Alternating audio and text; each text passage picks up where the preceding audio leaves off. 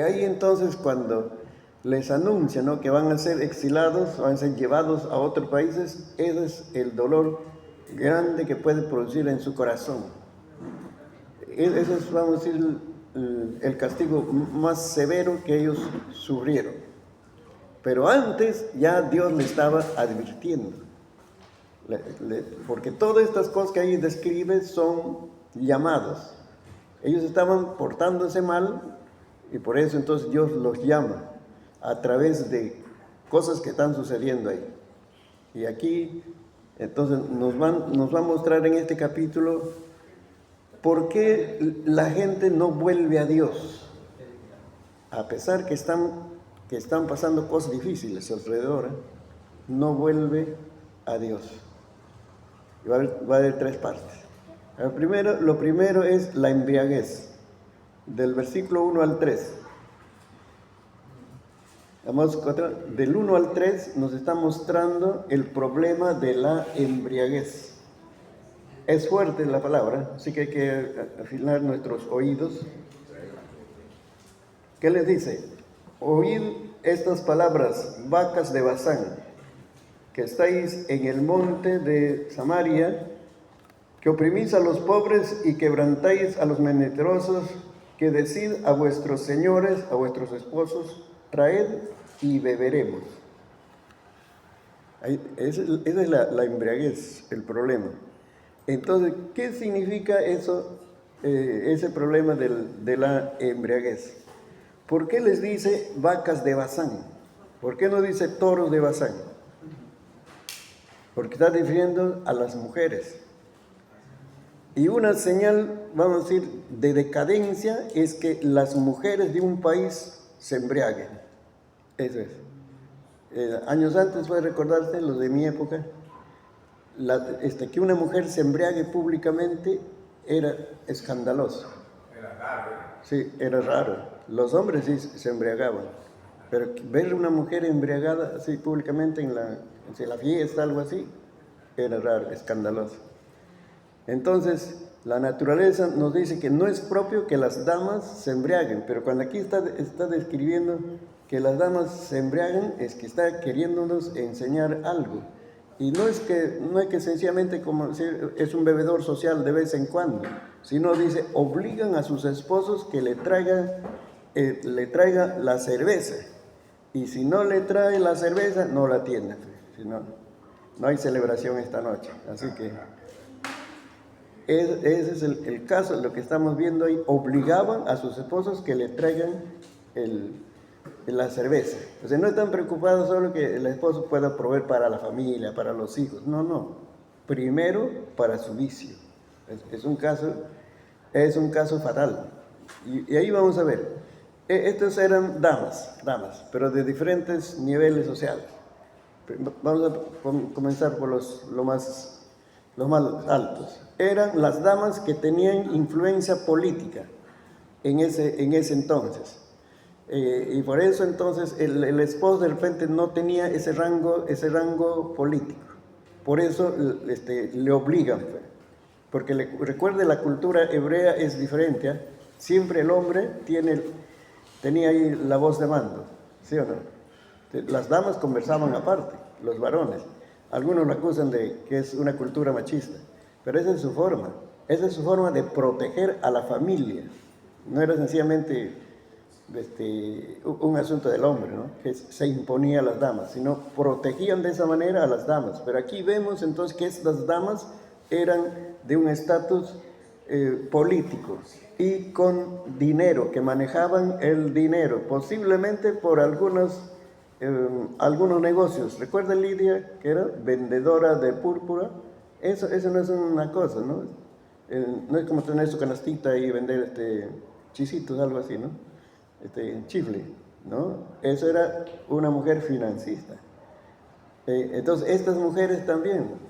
Y gastaban su dinero en su vicio, y luego lo que producía el hombre también decían que le exigían que traiga primero cerveza. ¿Ves? Esas eran las damas. Otra también interpretación que ahí se encuentra es que eran las damas que eh, eran muy amigueras y formaban grupos. En esas relaciones sociales, entonces, no era solo que la amistad, que vamos a salir, algo así, ¿no? Ahora dicen de shopping, ¿no? Vamos a comprar por ahí, mirar vitrinas, dicen, no, se reunían para beber.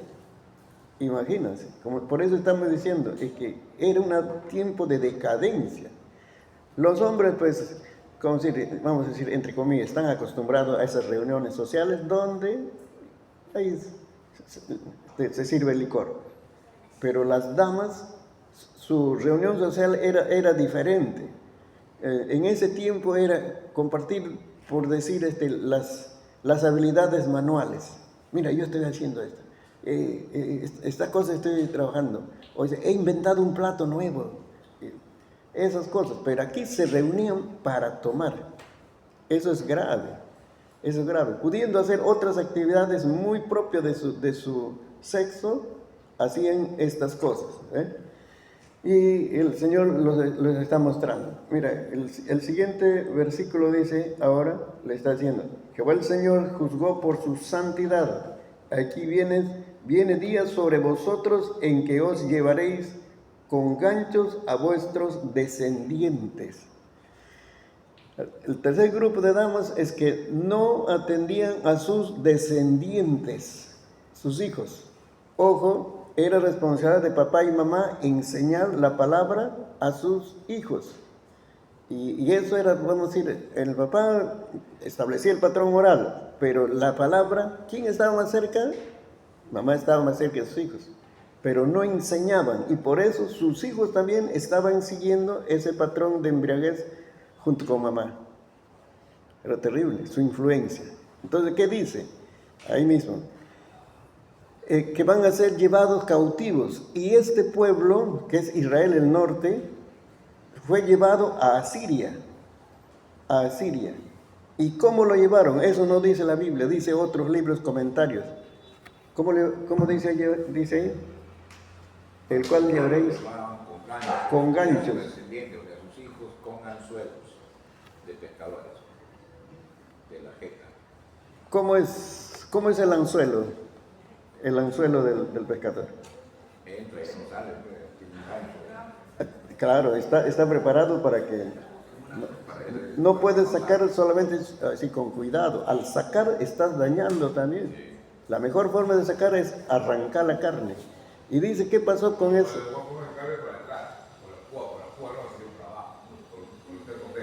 ¿Ves?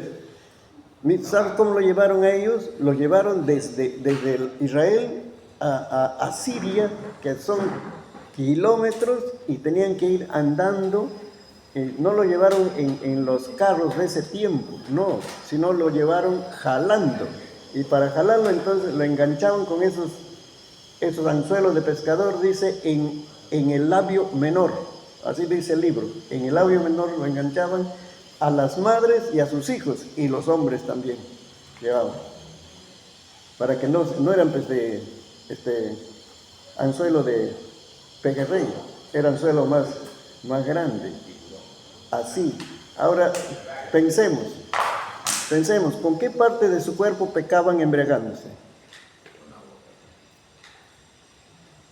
Y precisamente esa boca está sufriendo ahora el juicio de Dios. Así es. Había un evangelista contó este caso. Dice que era un chico que vivía en el campo y le cazaba las avecitas de diferentes tamaños. Y otras veces los atrapaba en su nido, vamos a decir, no los encontraba. Procuraba cazarlas vivas. Pero ¿cuál era su deleite? Cortarle la lengua. Qué sádico. Y lo soltaba. Y las palomitas lo soltaba ahí, avecitas, ¿no? Y saben, morían por no poder comer. Así, ese era su deleite. ¿Y saben cómo murió? Una enfermedad que se le hinchaba la boca, la lengua. La lengua fue hinchando y no podía tragar. Murió también él. Igualito como hizo morir a las aves, él murió de esa manera. Lo que se siembra, se cosecha. Así es. Y por eso está diciendo, ustedes están sufriendo eso, pero no se vuelven a causa de la embriaguez. Ahora pensemos, ¿qué hace la embriaguez? La primera señal es el mareo.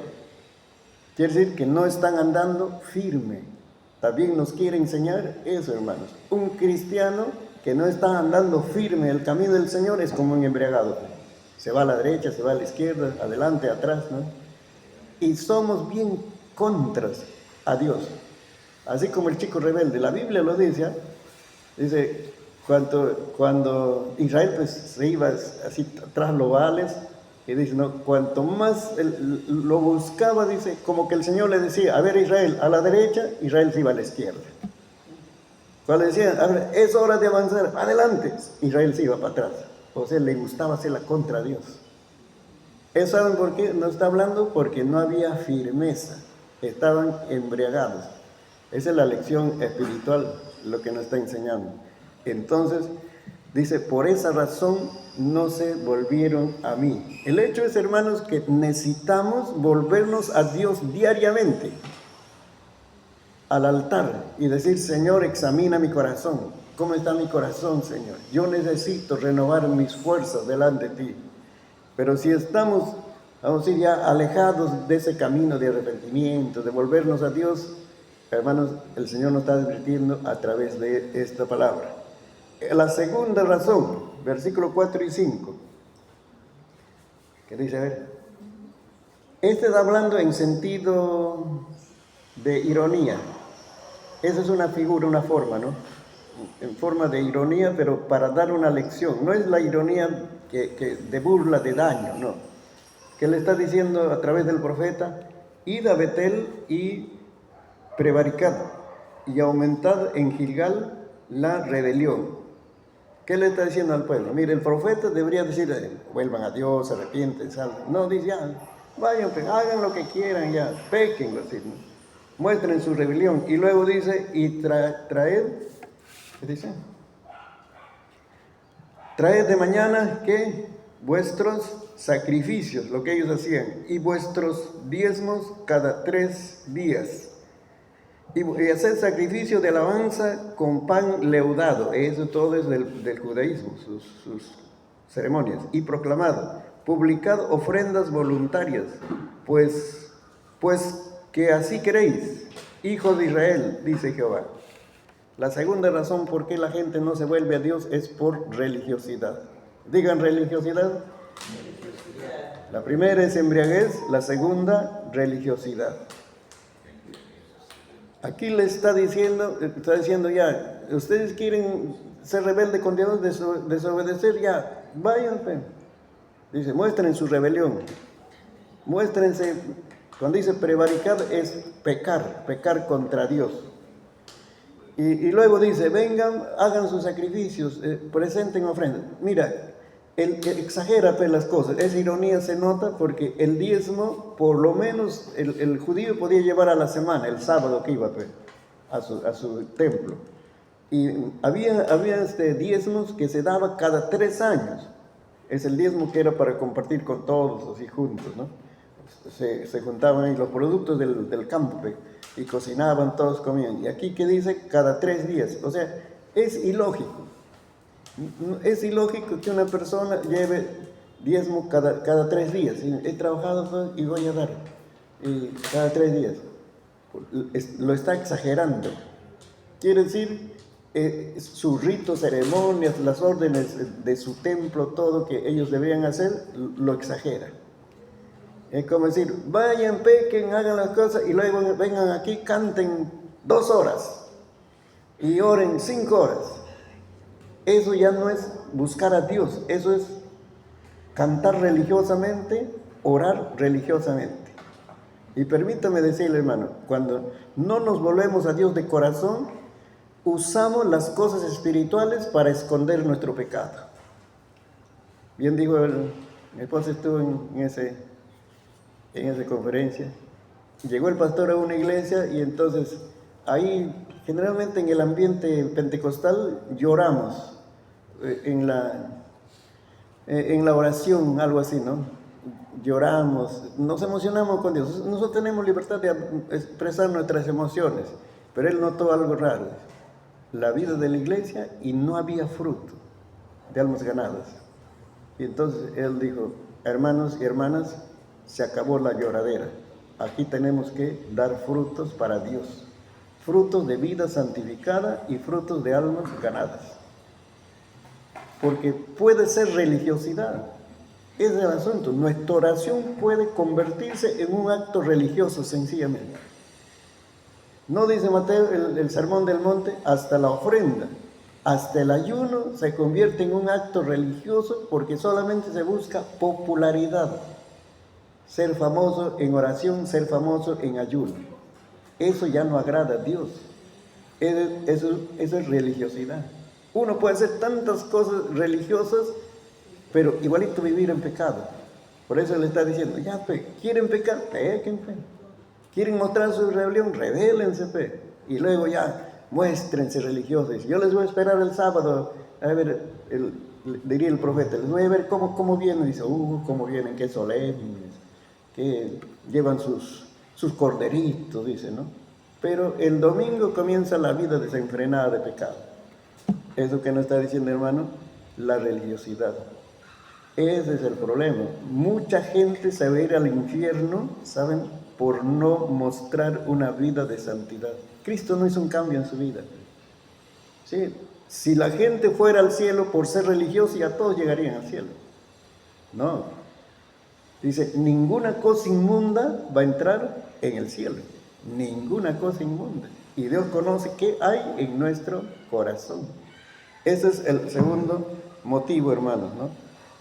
Así que esto está mostrándonos lo terrible que está pasando en ese pueblo de Israel. Y luego sufrieron las consecuencias.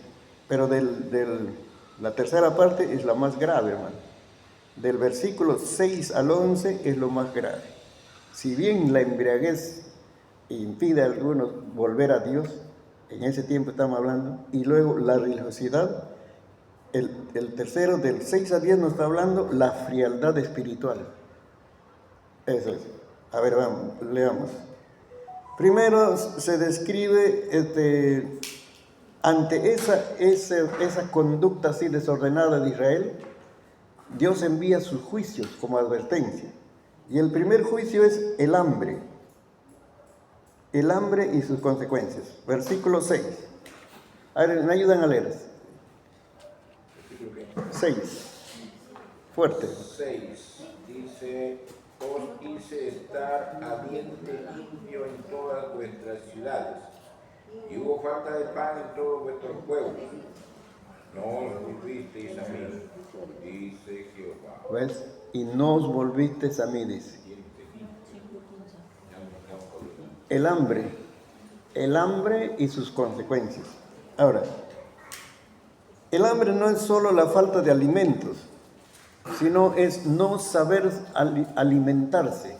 O sea, este cuerpo Dios nos ha dado para cuidarlo a través del alimento, es una de las cosas.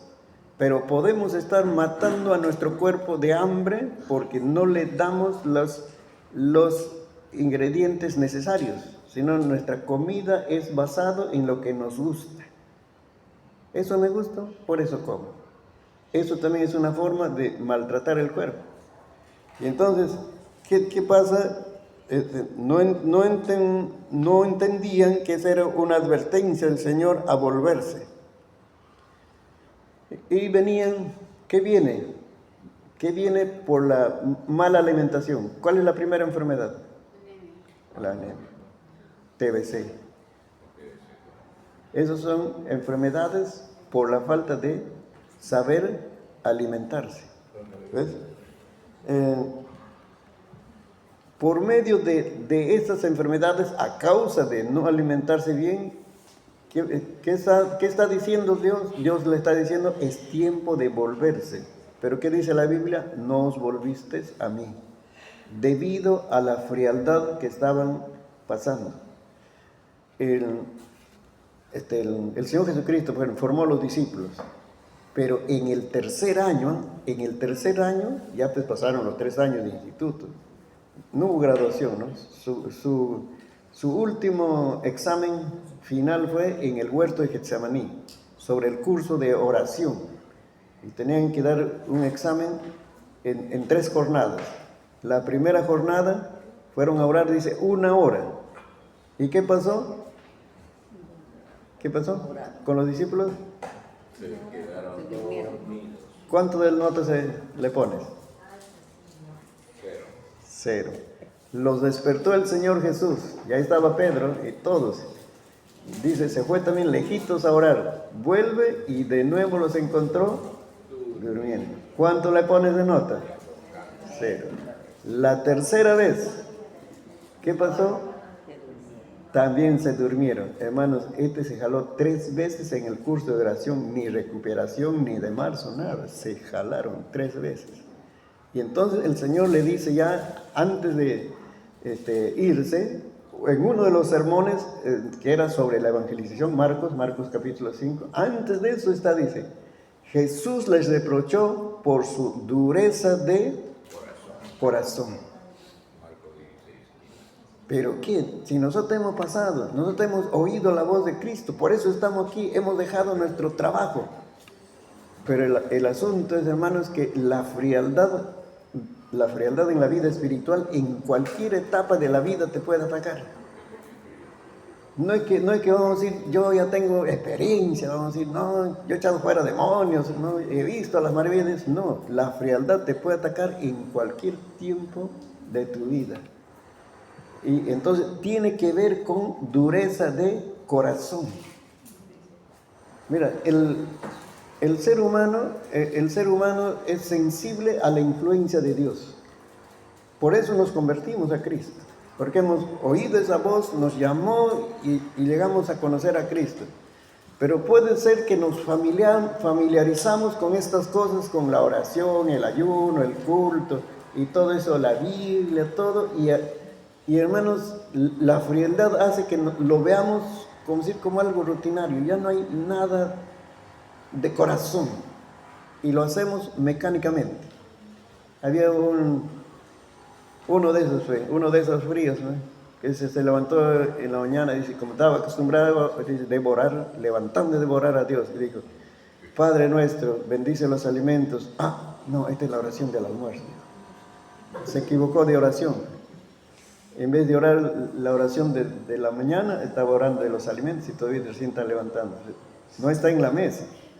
Así, tenemos oraciones ya fabricadas, preparadas, es que se llega a esa realidad. Y por eso, aunque está pasando situaciones en nuestra vida, pero no nos volvemos a Dios de corazón. El otro llamado a través del juicio es versículos 7 y 8. Tiene que ver con agua. También os detuve la lluvia 3 meses antes de la siega, e hice llover sobre una ciudad, y sobre otra ciudad no hice llover. Sobre una parte llovió, y la parte sobre la cual no llovió se secó.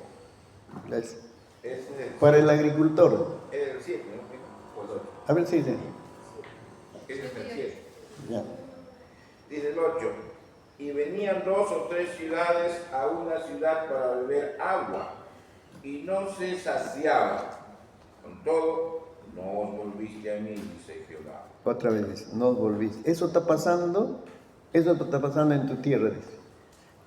Por falta de agua no había productividad, no había lluvia. Y dice, cerca de la cosecha es precisamente que hay un tiempo en que la planta necesita agua. Y cuando ya está para madurar, ya no necesita agua. En fin, hay que hacerla llenar de agua. Entonces da buen fruto. Los agricultores saben eso, todo eso. Ahí nos está enseñando la falta de productividad económica. Sembraban, hacían todo el esfuerzo, seleccionaban las semillas, pero si no había lluvia, no había productividad. Porque eso era su ambiente, la agricultura. Todos nosotros tenemos una capacidad productiva a través de una profesión, un oficio. Hermanos, y cuando entra la frialdad, eso es lo que no podemos producir económicamente. Eso nos está llamando a volvernos a Dios. ese asunto económico tenemos que manejarlo con la ayuda, la dirección de Dios. No es solamente nosotros. ¿Qué nos dice Salmo 127? Cuando Dios está ausente. 127:1. Si Jehová no edifica la casa, en vano trabajan los que la edifican. 1, sí. Si Jehová no guarda la ciudad, en vano vela la guardia. 1. El versículo 2, ¿qué dice? Por demás, vean, por demás es que os levantéis de madrugada y vayáis, dice, apresurado a trabajar y comas pan de dolores, es decir, apuradito nomás. Es la cultura de los gringos de Estados Unidos. Entonces, ellos no gastan tiempo cocinando, todo precocinado y apuradito a comer porque todo es trabajo. Los japoneses también, todo es trabajo. Si aquí produces, como decir, 8 horas de trabajo, ellos lo pueden hacer en 3 horas, lo hacen. Todo lo que tú haces en 8 horas lo pueden hacer en 3 horas, 2 horas, porque todo es trabajo y especialización. Pero dice, todo eso es por gusto si Dios está ausente. Tú puedes producir ingreso, pero también se va. Eso es una llamada a volverse a Dios. ¿Pero qué está pasando en este pueblo? ¿Se volvían a Dios? ¿Qué dice? No se volvían al Señor. ¿Ves? Entonces, esa es la causa de la frialdad, hermanos. Es terrible esta enfermedad. Pensando en nuestro tiempo. En nuestro tiempo, acá, la época postmoderna. Antes se conseguía trabajo con poca educación, ¿sí o no? Un trabajo de un profesional con poca educación. Hoy día, así, tienes que trabajar para educarte, grados, títulos, y es bien difícil el trabajo. Nos está hablando de nuestra capacidad productiva ha menorado. Para un puesto de trabajo, ¿cuántas personas hay candidatas a ese puesto de trabajo? O sea, socialmente Dios nos está hablando que nuestra capacidad productiva ha disminuido. Y por eso ese es un llamado a volverse a Dios. Pero ¿qué hace la frialdad? Dice, no, arregla tus problemas cuando tú puedes. No. Tú tienes que ponerle más trabajo, más trabajo. Permítame decirlo, y entonces hay cristianos que se dedican a trabajar 7 días a la semana y no hay tiempo para servir a Dios. No hay tiempo para estar en las actividades de la iglesia. Eso nos está hablando que es tiempo de volverse a Dios. Hermano, los discípulos fueron entrenados a depender de Dios cada día. Por eso el Padre Nuestro. ¿Qué dice sobre los alimentos? El pan nuestro de cada día, dánoslo hoy. Eso es.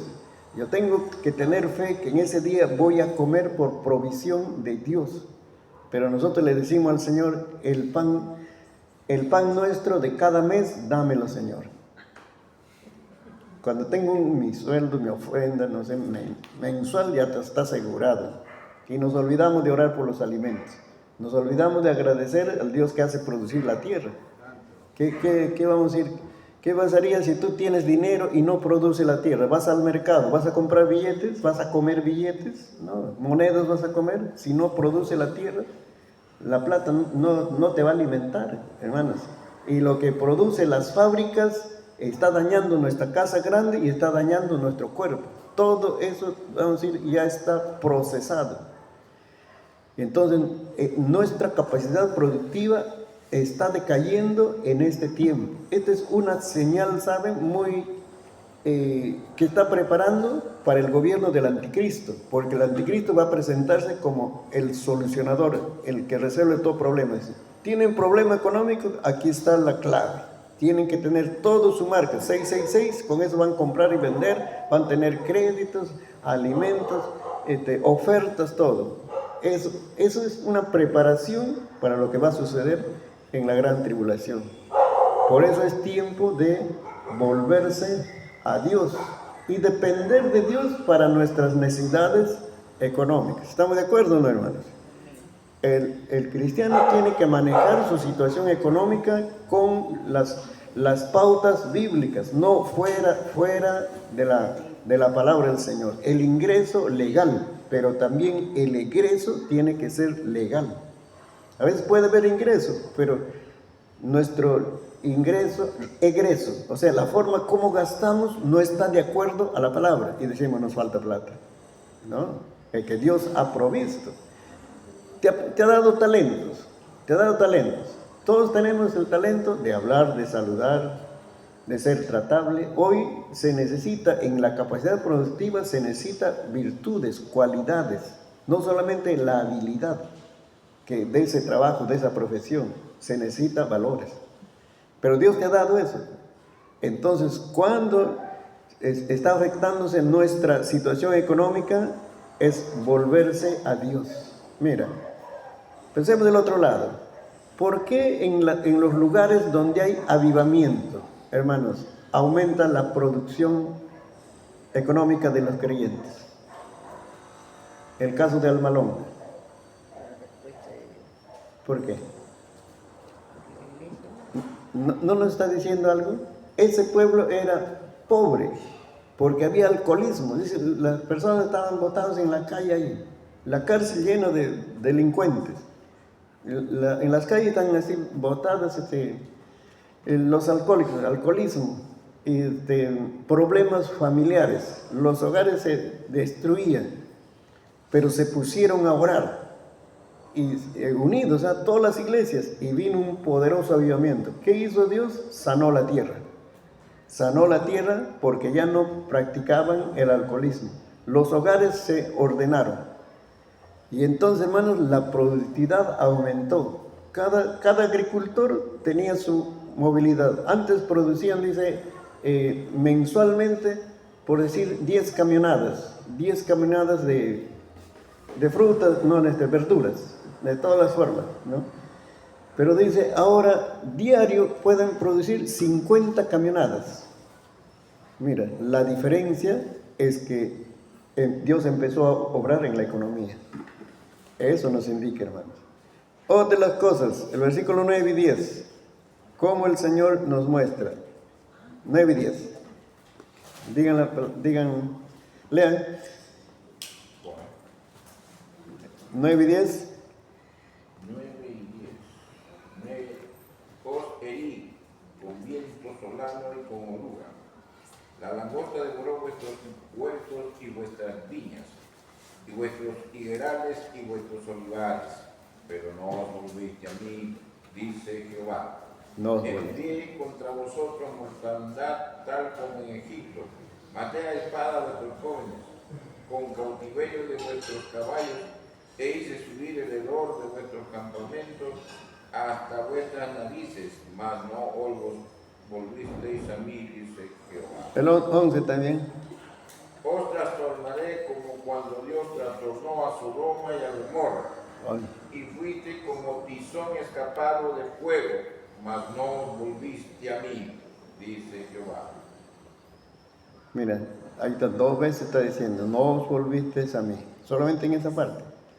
Mira, ahí lo que se ve son los desórdenes, ya no solo que falta de agua, ¿sí? Sino ya hay desórdenes en los aires, desórdenes cósmicos. Porque ese viento solano dice, viene de donde nace el sol, para nuestro lenguaje, ¿no? O sea, del este. Acá de la serranía. Ajá. Y generalmente el viento es del sur al norte, ¿no? Pero no podemos decir, este viento viene de Arequipa, se va a Chiclayo, ¿no? Sencillamente decimos del sur. Pero ese viento solano, dice, no es saludable. Como si cada clima tiene su sol apropiado. Entonces es como que la lluvia de la sierra se venga acá, la lluvia de la selva se venga aquí, hermano. Las casas no están preparadas, la tierra no. En la selva, la tierra Llueve así y el trabajador sale con su lámpara y está trabajando así, porque la tierra es porosa, o sea, lo chupa, pues. Pero en la sierra no puedes hacer eso, que está mojado, tienes que esperar un tiempo, ¿no? Pues riegan y después y recién meten la herramienta.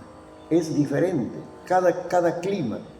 Entonces, esto está diciendo desórdenes ya en un nivel más amplio. La casa grande se está malobrando. Y luego dice las plagas también que ahí vienen, ¿no? Esas son advertencias del Señor. Pero dice, la gente no se vuelve a Dios. Y por último dice, está anunciando juicios masivos como le sucedió a Egipcio. ¿Cuál es la plaga, vamos a decir, que causó mayor dolor a las familias de los egipcios?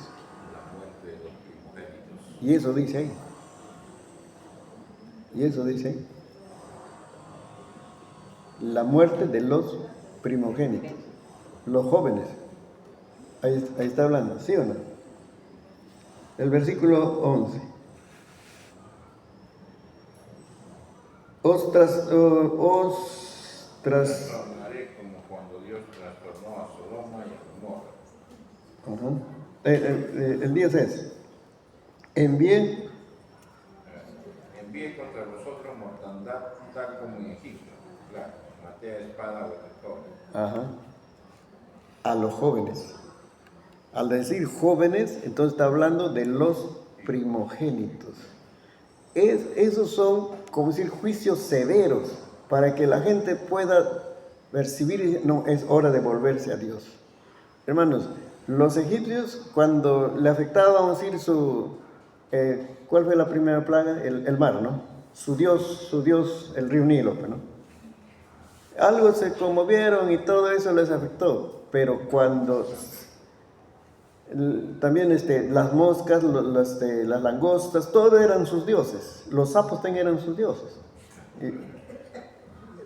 Algo les incomodó y cuando fueron aliviados ya otra vez se volvieron rebeldes contra Dios juntamente con Faraón. Pero saben, cuando la última plaga afectó ya no a las cosas, al sembrío, a la tranquilidad, sino a la familia. Porque se murieron los primogénitos. Eso le dolió a Faraón y a todo Egipcio. Dice, no había hogar donde no había llanto. Todo Egipto estaba llorando, mientras el pueblo de Israel estaba feliz porque sus primogénitos estaban sanitos. Eso es. Y entonces, ¿ellos qué dijeron? Que se vayan los judíos recién. Ahora, aquí está diciendo, eso va a suceder. No será igualito la muerte de los primogénitos, sino algo que afecte la familia. Porque cuando afecta a nuestra familia, recién nos decimos, necesitamos a Dios. Muchas veces hemos vuelto a Dios por esa necesidad. Pero ¿qué hace la frialdad? Aunque está maltratada la familia, no se vuelve a Dios. Por eso estoy diciendo, la frialdad tiene que ver con dureza de corazón. Y eso es lo más terrible, Para concluir, hay dos formas no hay una forma clave para, dice, matar una rana o un sapo sin que patalee. ¿Cómo es? Dice, le pones a la rana en el agua fría y como es su ambiente, él está tranquilo, pero ponlo en un fuego lento, él no hace nada. Hasta que está hirviendo el agua, no se mueve nada. Así es la frialdad. Entra poquito a poquito. De tal manera que lo inutiliza al cristiano. Ya su oración ya no es de corazón a Dios. No, pero sí, su obediencia es superficial, religiosa. Sigue a Cristo de lejos. Y entonces se engaña a sí mismo. Pero no se vuelve a Dios de corazón. ¿Sí? Estoy bien. El peor engaño no es que alguien te engañe. El peor engaño es que yo mismo me engaño. Ese es el peor engaño. Y todavía en un asunto tan importante, mi relación con Dios. Ese es el peor engaño. Por eso está diciendo, es tiempo de volverse a Dios. Y un caso extremo, en Apocalipsis 2, la primera iglesia. La primera iglesia. ¿Cuál fue su pecado? La primera iglesia, Apocalipsis, los que leen Biblia. Había perdido su primer amor. Ah, bueno, pastora lee la Biblia. Había perdido su primer amor. Y luego dice, arrepiéntete y haz las primeras obras. Y él estaba haciendo cosas, ¿sabes? Dice, yo conozco tu trabajo, tu arduo trabajo, ¿eh? Pero, ¿saben? Ahí luego dice, porque si no te arrepientes de la manera que te pido, dice, quitaré tu candelero. Algunos lo han pasado por alto, candelero. ¿Qué quedará decir candelero? Pero si tú lees Apocalipsis capítulo 1, los últimos versículos, candeleros es iglesia. Y ángeles es el pastor. Yo soy Terra del Comer, no soy ángel. Pero le dice, son los ángeles de la ciudad, no los que están adentro, de la ciudad. Pero dice, quitaré su candelero, significa que va a desaparecer esa iglesia. O sea, como que Dios prefiere tener una iglesia ferviente que 100 iglesias frías. ¿Por qué? Porque esas iglesias frías van a dar mal testimonio a la comunidad y la gente no se va a convertir a Cristo. Es estorbo. Una iglesia fría es estorbo a los planes de Dios y por eso entonces permita que desaparezca la iglesia. Así iglesia local, denominaciones, desaparecen porque es estorbo a Dios. No puede avanzarse el evangelio en esa ciudad, en ese país. Lo que ha pasado en Asia, que era el territorio de Pablo, conquistó ciudades, pero las próximas generaciones se enfriaron. Y enfriarse significa también tener una conducta inmoral. Luego también Europa que era plataforma misionera, de ahí han enviado misioneros a África, a muchos lugares, a la India. Ahí la historia nos habla, pero que se enfriaron. Eran tremendos edificios y dicen, ¿saben? De tal manera que se habían comprado su asiento, así bien acolchadito su asiento. Y entonces lo ponían en cadena. El miembro de la iglesia venía, pues, una señora bien presentable, y venía con su llave, se sentaba ahí. Nadie se sentaba ahí, se compraba su lugar. Así llegó el cristianismo. ¿Y hoy qué es Europa? Están fríos. Espiritualmente están fríos, tienen intelectualidad, pero hermanos, no hay crecimiento de iglesia. España produce teología. Nosotros estamos estudiando los libros de España, teólogos, pero ¿cuánto es la población de España cristiana evangélica? No crece, porque la frialdad, pues, hermanos. No se va a crecer solamente con doctrina, teología, títulos, honores, locales grandes, hermanos. La iglesia crece con el fervor de Dios. Ese fervor nos va a llevar a la santidad. Por eso no tenemos que ser contemplativos con el pecado. Cuando el pecado toca nuestra puerta, hermanos, tú tienes que ser drástico. Ya, disciplínate a ti mismo, pues. Yo les enseño en discipulado en las lecciones primeras, le digo, mira, tienes que aprender a leer tu Biblia y orar, pero disciplínate a ti mismo. ¿Cómo?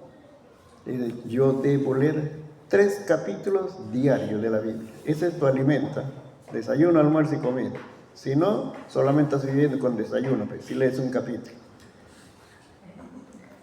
Entonces dice a ti mismo, yo debo alimentarme con la palabra, y si no me alimento con la palabra Terra del Arcón, no hay desayuno.